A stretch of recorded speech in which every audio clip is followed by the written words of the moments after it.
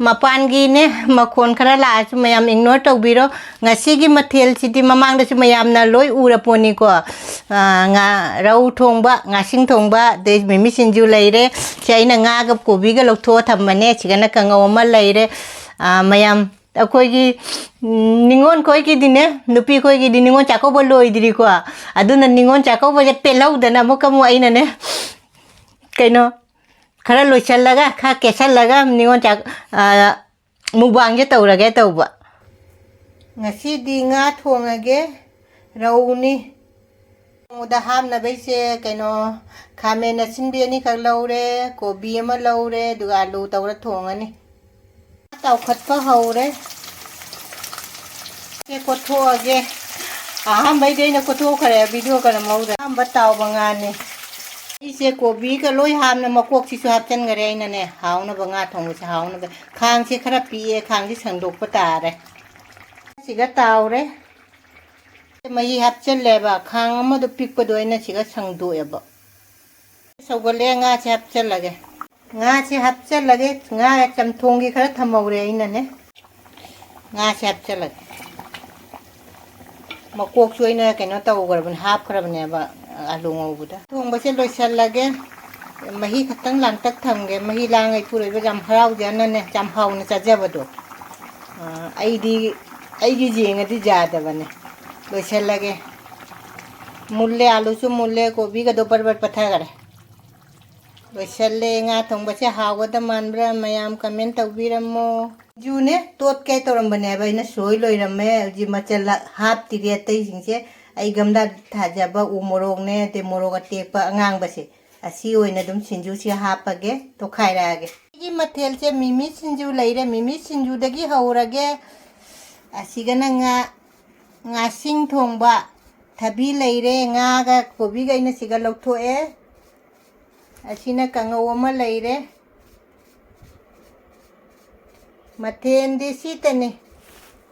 mayam puna mag rekhana ikong no na khoramjari mayam mapangi ne makon khara la chu mayam ignore tawbiro ngasi gi mathel sidi mamang da chu mayam na loi ura poni ko nga rau thongba ngasing thongba de mimi sinju leire chaina nga ga kobi ga loktho thamane chigana kangaw ma leire mayam akoi gi ningon koi gi dine nupi koi gi ningon chako bo loi diri ko aduna ningon chako bo je pelau dana mo kamu aina ne kaino khara loi chalaga kha kesalaga ningon chak mubang je tawrage tawba natrane mayam adu lai gi se an khoram hogi ge hekta kawri lai khoram mane ngasidi ithon ta sare kay ichanu pitha kaino chakhiba sumaina pidu bila chaba nungai te be hekta ne ado ju ngasidi ningon chako wakal laga ne amuka kaino torok pane ba adu mayam ngasing thongba che maten ka budi jam dare ne adu oira chu mubang je tawrage no ngasi di mubang nga sigal loina na mimi sinju chu hapage kangaw chu hapage aham ba chakhom che ichinau mayam gi ai di singhana khathakige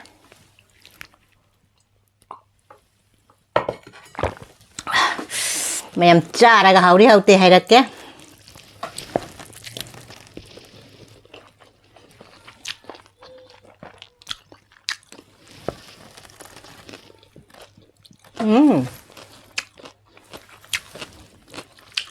hawe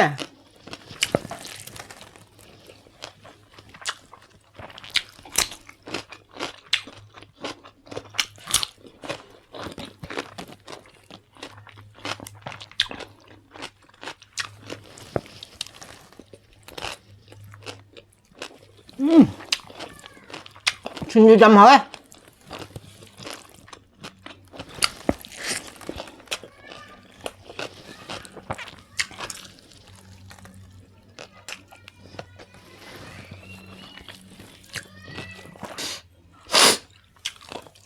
namda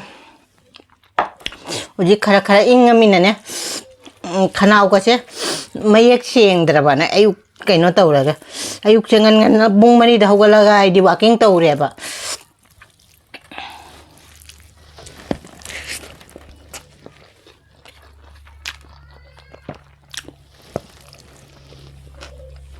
ꯉꯁꯤꯁꯦ ꯑꯩꯈꯣꯏꯗ ꯃꯤ ꯂꯥꯛꯀꯅꯤ ꯍꯥꯏꯅꯅꯦ ꯉꯔꯥꯡꯗꯩ ꯂꯥꯛꯀꯅꯤ ꯍꯥꯏꯅ ꯍꯥꯏꯔ ꯉꯔꯥꯡꯁꯨ ꯂꯥꯛꯇꯦ ꯉꯁꯤꯁꯨ ꯃꯤ ꯂꯥꯛꯀꯅꯤ ꯍꯥꯏꯗꯤ ꯀꯩꯅꯣꯝ ꯇꯧꯕꯅꯤ ꯅꯠꯇ꯭ꯔꯅꯦ ꯃꯤꯗꯣ ꯂꯥꯛꯑꯒ ꯆꯠꯈ꯭ꯔꯗꯤ ꯋꯥꯏ ꯁꯪꯕ ꯂꯥꯛꯀꯅꯤꯒ ꯂꯥꯛꯇꯕꯁꯦ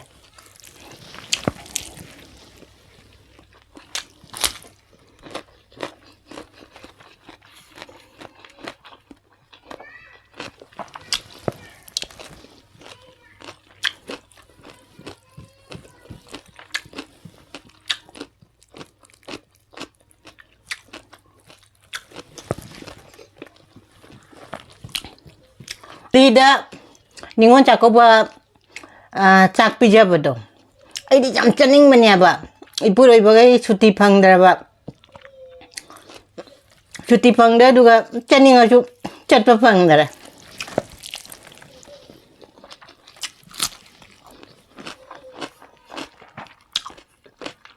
ꯑꯩꯅ ꯏꯄꯨꯔꯣꯏꯕꯗ ꯌꯥꯝ ꯍꯥꯏꯕꯅꯦꯕ ꯑꯩ ꯑꯝꯇ ꯄꯨꯕꯤꯌꯨꯅꯦ ꯑꯩ ꯆꯠꯀꯦꯅ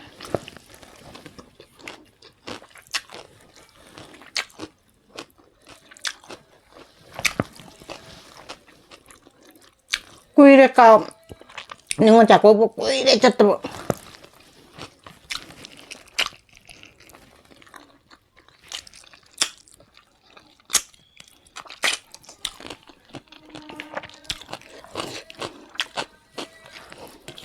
nupi ma oibani Manipurgi ningon chako bagi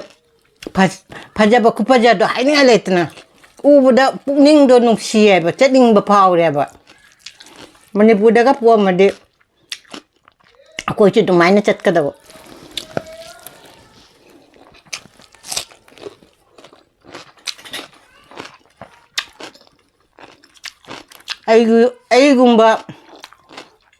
aigumba ningon me am dile mani natrane chatpa ngamdaba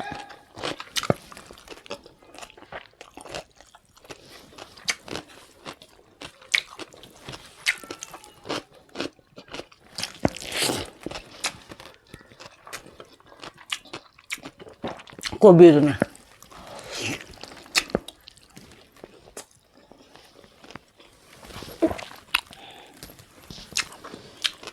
Pise chala ya tau mang chau re ba do chi pi duk pen jal de mwen lo ra ka ngau ye cha ge Pise chala ga ne humang jam chau la ka ne ba do chaban thapam chu khang de ba ni ko me am chu chabam tapong pise la ga khang de ba chmai na ai na khang de ba chmai na me am chu tau bra comment tau biram mo ai hai cha ga ai na khang de ra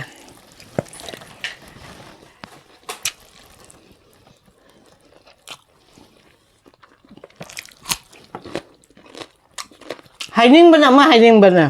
haidoki bana ma haidoki ba aji video buna ma bas mai to ne ba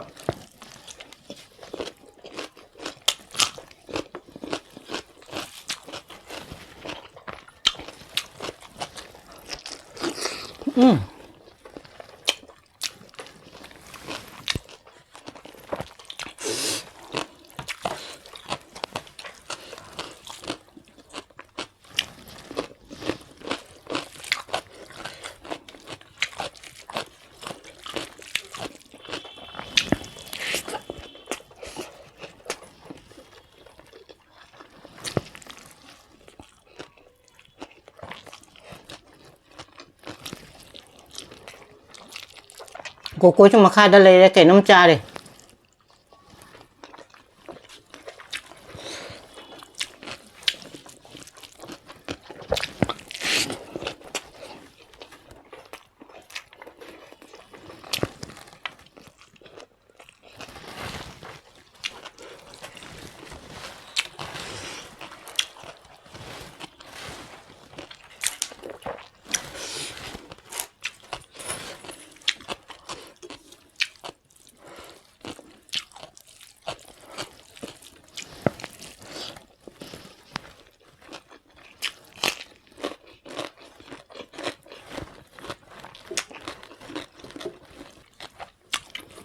Ayo mang thầu boleh kan na. Mama je lang tik lang ya.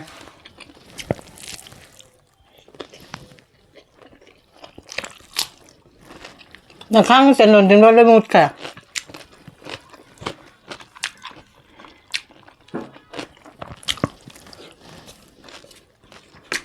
Đâm ta chẳng mình đâu chứ chẳng chẳng nhầm hỏi nhá.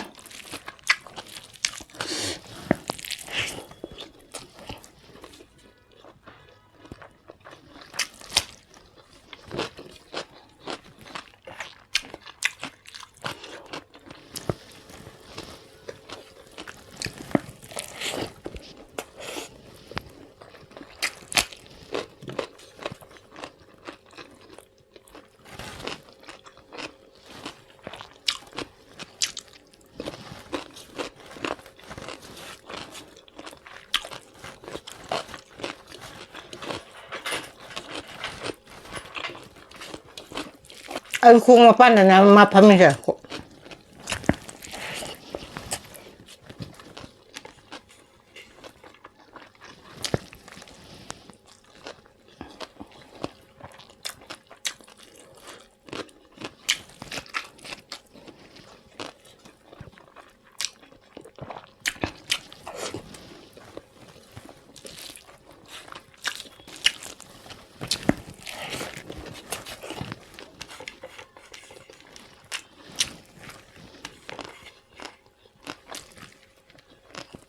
Mango tender eh.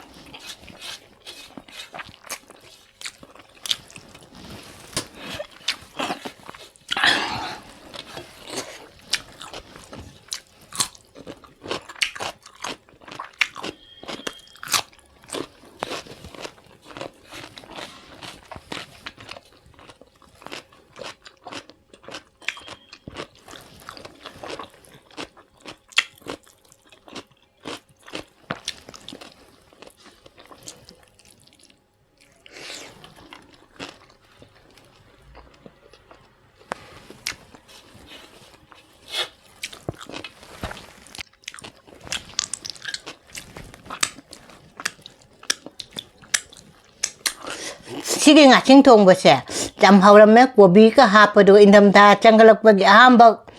nga ga gobi ka thong bane dai chinju mi chinju o ho dare dugai ango bu si jam hawram me aina dum cha bada u bada mayam na si dum khanga mani hawram ni hawram moy ai se anau bai chini naw na gi video se ahamba thengna bi bata di subscribe like share nuksi ba comment ma tawbiram mo hana dagi jeng bai chini naw na nuksi na comment ma tawbiram mo like tawbiram mo ngasi gidi dum chiga thammage mathang mubang dum ngai biram mo mayam